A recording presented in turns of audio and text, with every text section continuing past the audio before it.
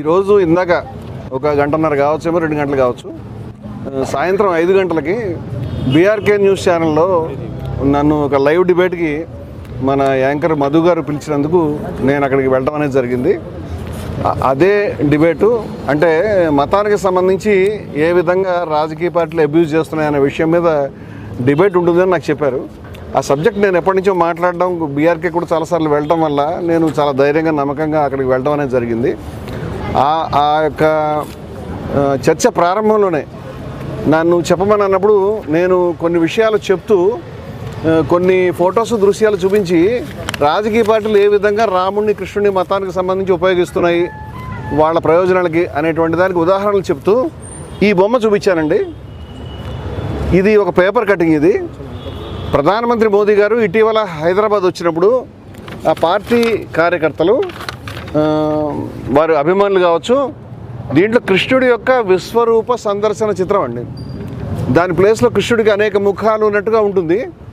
నేను Hindus for plurality and equality సంస్థ ప్రధాన కార్యదర్శిగా, గౌరక్ష సేవా సమితి యొక్క అధ్యక్షునిగా, హిందుస్థానీ గౌరక్ష సమితి యొక్క అధ్యక్షునిగా, జయభారత్ యొక్క జాతీయ ప్రధాన కార్యదర్శిగా నేను ఆ చర్చలో పాల్గొంటున్నాను.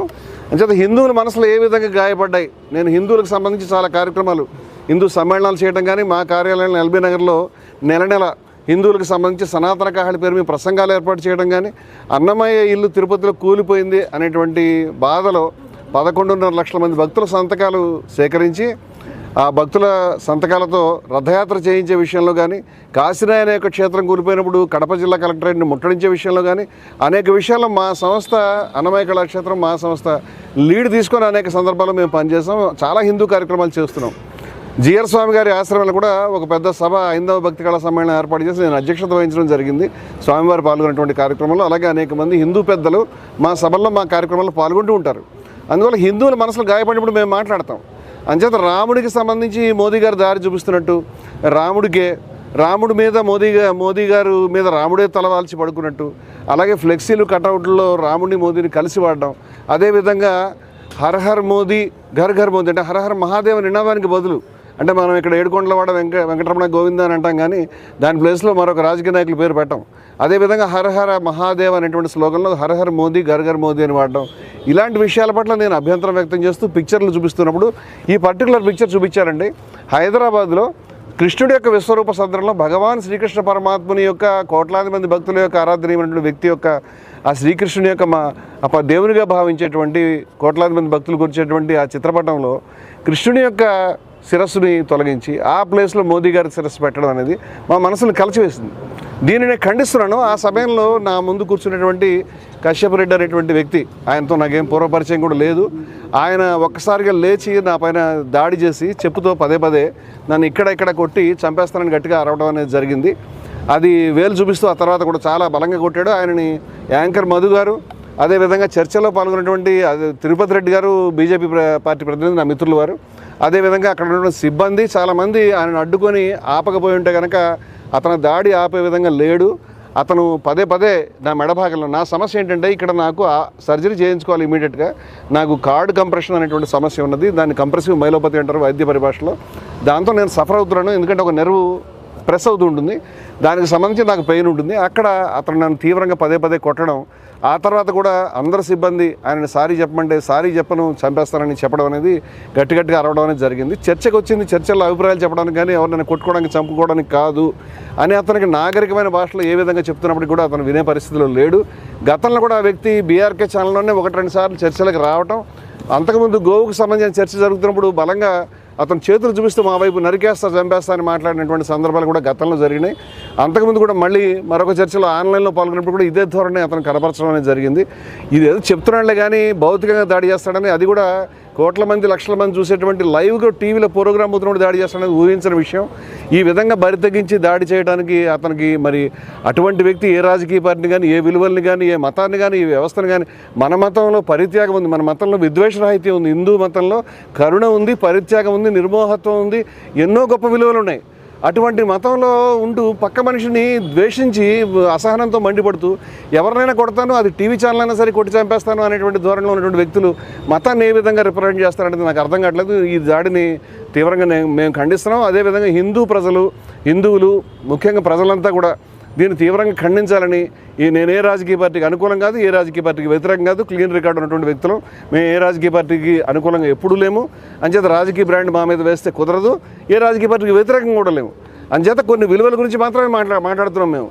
ఇటువంటి పరిస్థితుల్లో అతను బయటకు వచ్చినప్పుడు మళ్ళీ కూడా అతన్ని లోపలికి పిలిచే ప్రయత్నం జరిగింది. అతను సారీ చెప్తానని మళ్ళీ టీవీ స్టూడియోలోకి రావటం, వచ్చిన తర్వాత మళ్ళీ అదే ధోరణిలో వేలు చూపిస్తూ బెదిరించడం, మళ్ళీ చంపుతాను కొడతాను అనేటువంటి పద్ధతిలోనే మాట్లాడడం అనేది చూసి దాన్ని లైవ్ ఆఫ్ చేసి ఆయన్ని బయటికి పంపించడం అనేది జరిగింది. అక్కడ కూడా అతను చాలా దుర్భాషలు ఆడినట్టుగా నాకు తెలిసింది.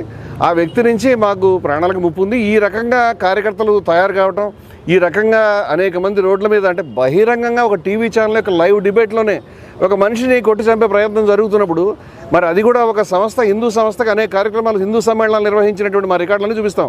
హిందూ సమ్మేళనం నిర్వహించిన వ్యక్తికి ఒక బయట ఛానల్స్లోకి వెళ్ళి మాట్లాడుతున్నటువంటి నేను ఒక రచయితని, ఎంతో కొంత మంచి పేరు ప్రతిష్ట ఉన్నటువంటి వ్యక్తి మీద అందరి ముందు ఈ సమక్షంలో దాడి చేయడానికి ప్రయత్నం, దాన్ని కొట్టి చంపుతానని చెప్పేటువంటి విధానం జరుగుతున్నప్పుడు రాష్ట్రంలో ఎక్కడ రక్షణ ఉంటుందో ఇటువంటి వ్యక్తులు? ఇటువంటి వ్యక్తుల్ని పౌర సమాజం దూరం పెట్టాలి, ప్రజలు దూరం పెట్టాలి. అటువంటి వ్యక్తిని కఠినంగా ఆ వ్యక్తి మీద నాకు ఎటువంటి కోపం కానీ, ఎటువంటి ద్వేషం కానీ వ్యక్తిగతంగా ఏమీ లేవు.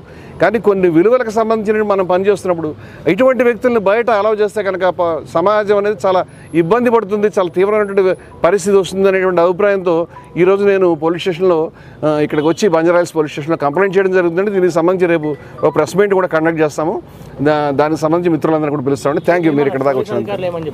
పోలీస్ అధికారులు ప్రస్తుతం డాక్టర్ గారి దగ్గరికి వెళ్ళి మెడికో లీగల్ కేసు కాబట్టి దీని మీద మీరు ఒకసారి ఉస్మానియాకి కూడా వెళ్ళమని చెప్పారు. అక్కడికి వెళ్తున్నాను నేను. అక్కడికి వెళ్ళి నా పాత ఎక్స్రేలు అవన్నీ కూడా తీవ్రమైనటువంటి పరిస్థితి నాకు ఉంది, అది వారికి నేను వివరిస్తాను. ఇప్పుడు నా చేతిలో కూడా చూపించలేను. హిందూ సంఘాలు మీకు కాంటాక్ట్ అయ్యారా? మేమే హిందూ సంఘం అండి. నేను హిందూ సంఘం, అనేక మంది హిందూ ఆచార్యులు అంటే ఇప్పుడు నేను ఇక్కడి నుంచి టీవీ నుంచి ఇక్కడికి వచ్చే కాసేపట్లోనే చాలామంది మాట్లాడుతున్నారు. చాలామంది కూడా రేపు స్వాములు, ఆచార్యులు, మఠాధిపతులు, పీఠాధిపతులు కూడా మా సదస్సుకి వస్తారు. ఆ ఒక్క హిందువులే కాదండి, ముస్లింలు, క్రైస్తవులు, ప్రజాస్వామికవాదులు, ప్రజలు అందరూ కూడా వస్తారు.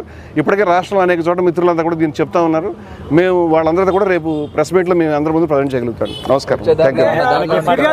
ఆపుతారా లేక ఇంకేమైనా కార్యక్రమాలు తీసుకునే అవకాశం ఉందా? దీన్ని ప్రజలకి చెప్పడము, ప్రజల ముందు చెప్పడం తప్పితే మేము పోయి అతని మీద దాడి చేయలేము, లేకపోతే మేము పోయి అతన్ని వెంటాడలేము, మేము ఎవరినైనా కొట్టడానికి ప్రయత్నం చేయలేము.